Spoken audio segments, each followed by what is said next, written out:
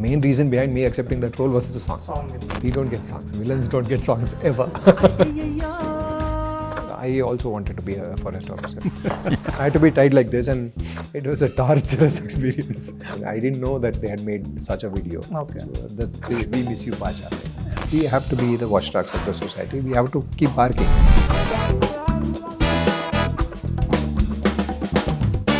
An intense face with a solid voice. This is a great mix, and I think actor Kishore is blessed with this combination. In 2022, he had a terrific time with films like Kantara and PS1, one of the most versatile actors of our times. In this episode of Showtime, Kishore is here to talk to us about his film journey. Hello sir, welcome to the show. So this is a very interesting place for an interview. So firstly, could you talk about your world, which is called as the Buffalo Back? Yeah, a nice place, a vegetable market for an interview. Yeah.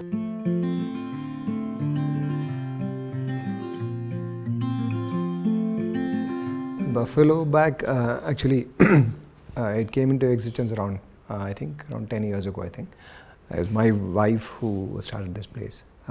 It was initially a search for good food for the kids. What started us, that ended up in owning an organic store. So basically what they do is they work with small farmer groups around Bangalore. Okay. It's a support system, kind of a support system, and a cooperative, you can call it. It's a cooperative of consumers and producers. So even the pricing is transparent. Even the producers know how much they are selling for and what these people are selling for and what people are buying for. So it's a well understood ecosystem, you can say. Yeah. So that's what they've been able to create over these 10-12 years. Sir, talking about your film career, it has an interesting route to it, starting as a college lecturer to a fashion designer, if I'm not wrong, for a brief time, and then you get a state award for your performance in Kanti. So, can you talk about these small turning points that led to this entry to film industry? Back in those days, there was a very close connect between college theatre, amateur theatre, and cinema. Right. Like Prakash Raj, Ramesh Arvind, and a lot of people. One of my friend, Narendra Babu, who actually, we both worked in college theatre. Actually, in my first year, second year of masters, we did a play called Surya Siddhanta Surya Deva. Okay. That play, actually, we both got together and we performed on stage, and he was working as an associate director for a film called Kanti. That was my first major film. I tried fashion designing also. It was not a full-time job, but I worked with a designer called Vidyasaga. Okay. Very interesting designer, very capable designer. When Mungaru Male in Duniya came, many people told that the Kannada crowd was back to theatres. So when I spoke to Satya Hegde sir about, he had finished 25 years, so had a chat with him. So he said Duniya was a product of a passionate team. Like there was a raw energy in making of the film. Can you talk about how the movie was made in terms of the passion? That's what I mentioned, and also like you playing a ruthless cop or the fearless cop. A lot of dialogues are still popular in YouTube, right? ಈ ಏರಿಯಾಗೆ full famous ಅಲ್ಲ ನೀವು ಸಿಗರೇಟ್ಗಳು ಸುಮ್ಮನೆ ಕೂತ್ಕೊಂಡು ಹೋಗೋರು ಬರೋರು ನೋಡ್ತಾ ಇರೋದು ಅಣ್ಣಮ್ಮನ ಕೂರಿಸೋದು ಗಣೇಶನ ಮುಳುಗಿಸೋದು. Coming to my role, it was written well and executed very well, very fresh. The presentation itself was very fresh, and that film was a very fresh attempt for Kannada cinema. That kind of filmmaking was not actually experimented here. They done it elsewhere, but to Kannada cinema it was very fresh. And yeah, as you said, they were a passionate lot. Like everybody wanted to do something. Everybody was a beginner. Actually, Duniya came to me from Viji. Viji actually trained me in fights for Rakshasa. He also played a very crucial role in Rakshasa. So apart from that, I played the main villain. I had a solo fight with Shivraj Kumar. So I had to train because I didn't know how to fight. The cinema fight had to be, I had to be trained. We trained everywhere. We trained in the park, we trained in some dumping yard because nobody had money. Even Vijay didn't expect anything for the training. So it was just a friendly gesture. So then they were discussing about Duniya, and it was supposed to be a very small project funded by Vijay and his relatives. By then, I think Ranga SLC was over. And Suri had written for that. So from then, he wanted to venture out as a director in an independent film.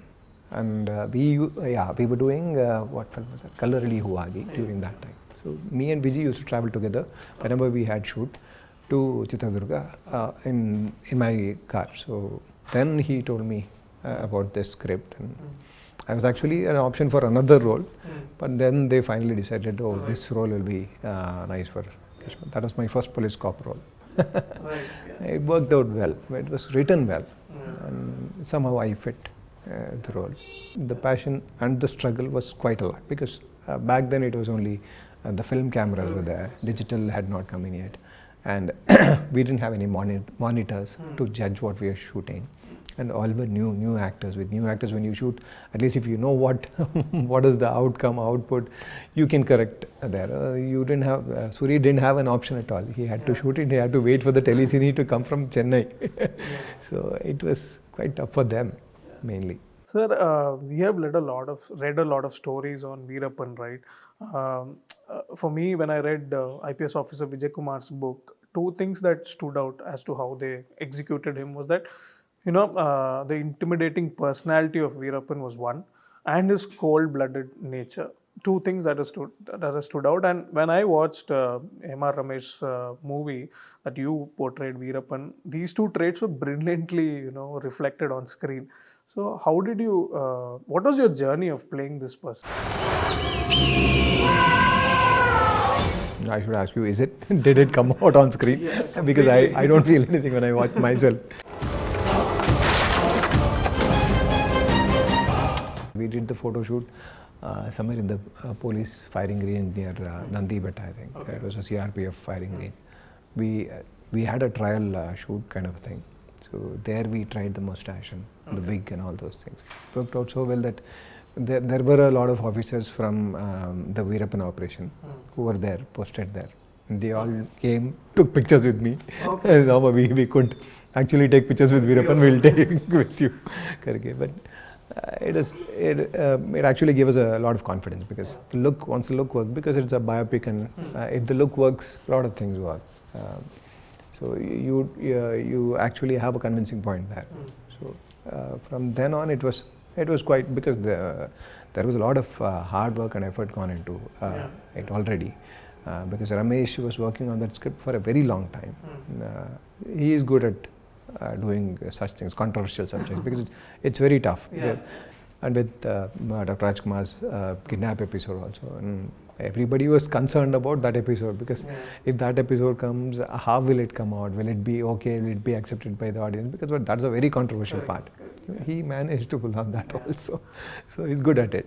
Mainly the research behind that subject actually helped me also, because he used to take me on all his trips to the jails to meet his teammates, his gang members, a lot of people who were convicted. We have been to all jails in Karnataka, I think. Mysore, Ballari or Belgaum? Ballari. So everywhere. We have gone to all places where Veerappan's associates were there. We met all of them. We didn't want to make it a caricature or a mimicry of Veerappan, because Veerappan's videos also already had come out. So there was a pressure to do that, but somehow we didn't, because we didn't want that to happen. We just wanted to convey the mood of the episodes, the situation. So it worked out.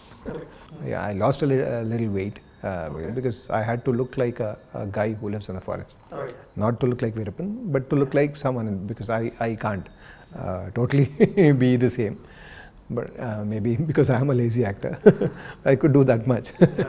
Lost 4-5 kilos. Sir, I think in your career, Jatta is another interesting movie. I remember it was a critic favorite, and there was this mini theatre. There is still a mini theatre in Majestic called Sapna, where it was running for a long time. I watched it there. So if you look at it, it kind of discusses a lot of things: religion, feminism, male chauvinistic traits, and everything. So now that, if you think of it, why do you think people should go back and watch that movie? I think the main thing that comes to my mind is to realize how intolerant we are. We have to go and watch that film. It's not just the men or the or on the grounds of religion. Yeah. It's everything. Even the woman in the script is intolerant. Correct. The end actually talks a lot about that. Yeah. So it was a wonderful film. It was written brilliantly by Giriraj. Correct. So they should go for a lot of things because it is very relevant also today. The current political scenario is exactly the same as what it is. It was made during the beginning of this whatever era that we call as, where we view things from the perspective of majorly from the perspective of religion, caste. This discriminating view. Yeah. Actually, it was there all the time, but this took the main stage. For the past few years, it has taken main stage. So now it becomes very relevant, and it's very effectively told. It was shot in a very short period of time. I used to work double call sheets, I think, for how many days? Continuous 12 days, I think. We worked for 24 call sheets in 12 days. Okay. It was horrible. I could not, after a few days, I could not. I wanted to say, I wanted to tell them that I can't do it anymore. But everyone else was doing, so I was forced because I can't just stand alone and say, no, I can't do it.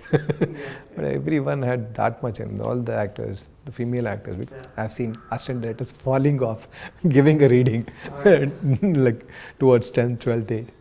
He was giving one of the associates, I forgot his name. He was giving a reading, he was saying my lines. I was rehearsing and I looked at him, he fell off the chair. So all this happened. It was quite a lot of hard work.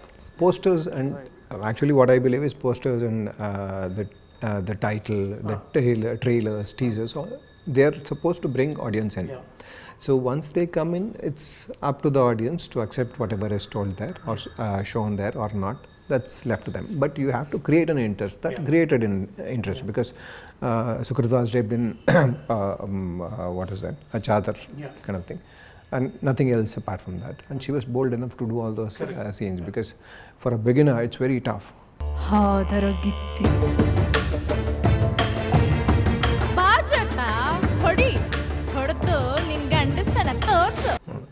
It's very tough because I worked in She also. It is very tough because whatever you say, all said and done, we are not a progressive society. We are trying to be progressive, but still there are a lot of elements which are still regressive, and we can't come out of that male dominant mindset. And once a woman, an actor, a female actor does that kind of a role, she'll be typecast again. And they don't understand the seriousness of the role and the necessity of that kind of what we call bold scenes. So they don't understand it at all. So they try to use it for something else. That's always been there. And thanks to actors like that who dare to break those rules and perform. If nobody agrees, we'll not be able to make such film at all. So, and actually her being nude, that is the most violent form of protest that anyone can put up, I think. That was wonderful. Written also beautifully well. And I've heard Giriraj repeatedly saying it is written out of the guilt of a man. So that is the whole film about. And the ending, I love the ending. Because this guy evolves. Jatta evolves into a saint. He becomes a saint. He finally gets his wife married off to that guy whom she loved. He saves them, he protects them, he sends them off. He comes back, he protects the beliefs that he had, the folk beliefs, and the forest that he believed as his own. And he comes back, and when he gets killed also, he doesn't protest. He dies a happy death. And it's for her who is stuck in the boundary of feminism now to think beyond that. She's forced. I wanted to talk about Ulidavaru Kandante. It was during that new wave of Kannada cinema. So, in this famous song, Ghatiya Ilidu, what is so striking is that the music and the lyrics is perfectly in sync with your performance. So, first of all, what is your take on love? And how did you become Pranay Raja, this hopeless romantic that we see in the movie?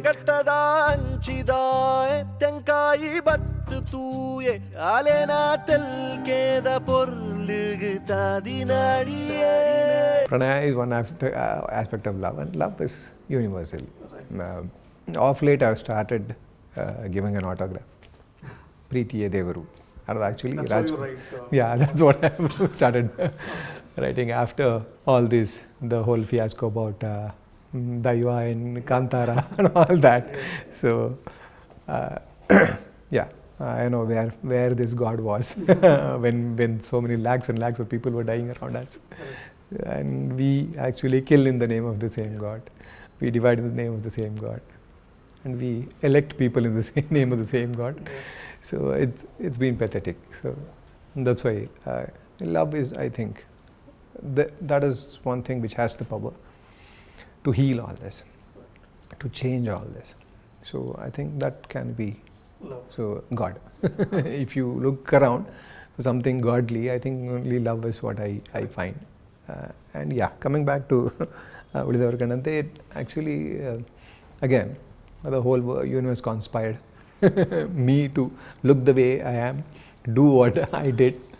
Because initially, when Rakshit came and told me the whole script, I liked his character. Rakshit's character, okay.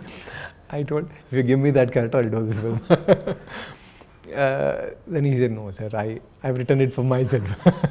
So I want you to do this, and I want to break whatever mold that they have put you into. Then because this guy didn't have much to contribute to the script. Only thing is he finally kills. Yeah. So there's a separate track which goes somewhere, and finally it comes and ends here. Yeah. So as it was not contributing much to the script, I was skeptical about doing this. Then I didn't answer for a long time. Yeah. And once I met Achyutana somewhere, he started talking about this project. I said, yeah, it is very nice, but I don't know whether I have to do it or not. I don't know. Then I think he said, no, I'm doing it, and it's nice to be a part of that. And then I also thought, okay, fine. When something new is happening, when something interesting is happening, when something you believe as nice, good cinema is happening, you should be a part of it. Then I called Rakshit again. Okay. By that time, they had approached other actors also, and somehow something had not worked. I think it worked, and then the dates changed or something happened. And when I called back, it was again, this role was still not casted. They said, sir, we'll get back immediately. Then they checked with the other actor also, I think, whom they had actually approached, because that was being professional. Then they got back immediately, said, oh, yes sir, you can come over. So that's how I got in. But did you wonder that you don't have much to say in the movie, right? Like the dialogues itself, everything is expression. The song was a major attraction. Yeah, exactly. He made me listen to the song when we met. I think for the second meeting, Rakshit brought the song. He played the song. I loved the song very much, and I think the main reason behind me accepting that role was the song. Song itself. Yeah, because we don't get songs. Villains don't get songs ever.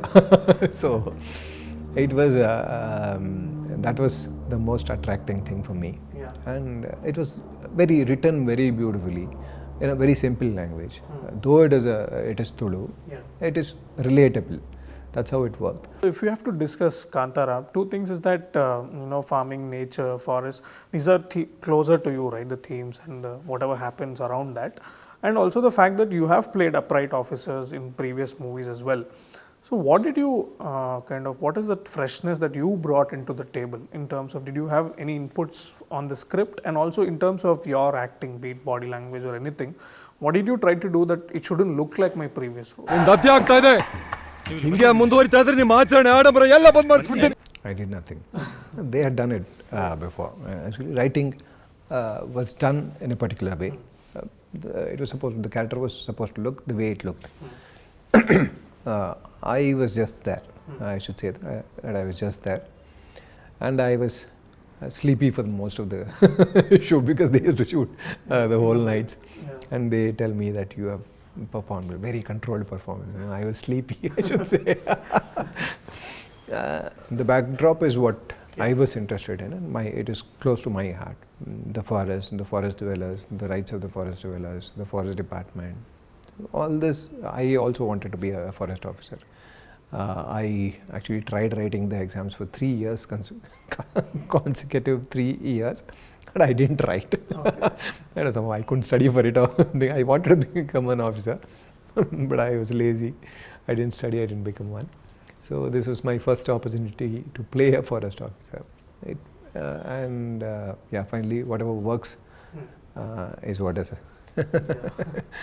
what it is.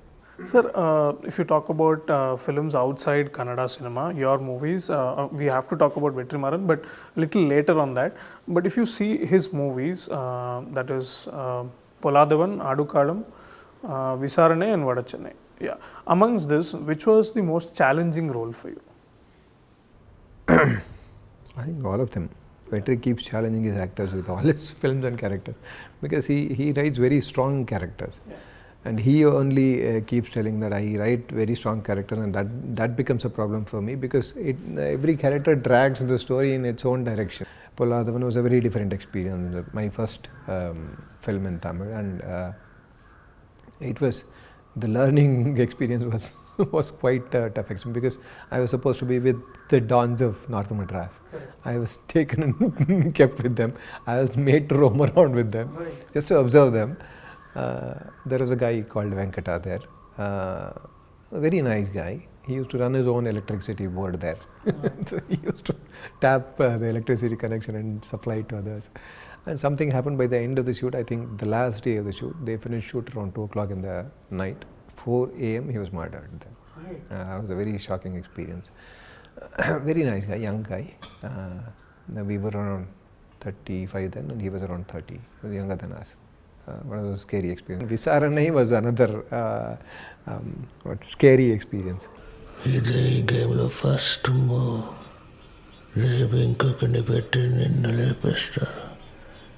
Yeah, he called me and he said, "We have already finished the film. We want this role to be a representative of the affluent class and how the system treats him. So we want that representation also, because it was only the poor people who have been affected by like how they are treated in the system is what the whole film was about." I didn't know what they have made, and I just went. On the first day, he showed me the footage, and I got scared, because they had literally beaten up these kids. And those guys were so happy that I came on board, because they used to say, "Sir, neenga vandinga naanga tappicho iniki," because they'll not be beaten up. The problem was they had taken real cops as cops in the film. And in all those beating up sequences, they wouldn't know when to stop. Though they were dummy sticks, because usually we make dummy sticks with plastic pipes, the PVC pipes or the CPVC pipes, and they put rubber on that. That hurts. When you hit hard, that also hurts. And they were tied up and beaten, and when these people were crying, "Stop, stop," they thought these people were acting, and they kept beating it. And everybody in the sets had to, even after saying cut, they wouldn't stop, and everybody had to come, run and stop. Yeah, and because of that beating, like after we watched the movie, it was tough to get out of that. I haven't watched. Yeah, you haven't watched. No. That was the last time I watched before I shot for the film. Yeah.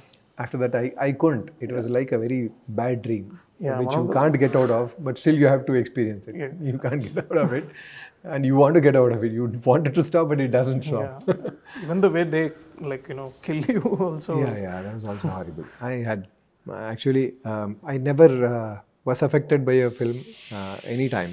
Okay. That was quite bad, because I had to be tied like this, and because I was shooting for another film, I came from Pondicherry in the evening, shot the whole night, because they had to finish before in a single cut. From 6 to 6 we shot, and we had to finish within that time. I told them they wanted to remove it and let me relax. I said, no, it'll take time. I had to finish and go back to Pondicherry for the shoot in the morning. So just let me be like this.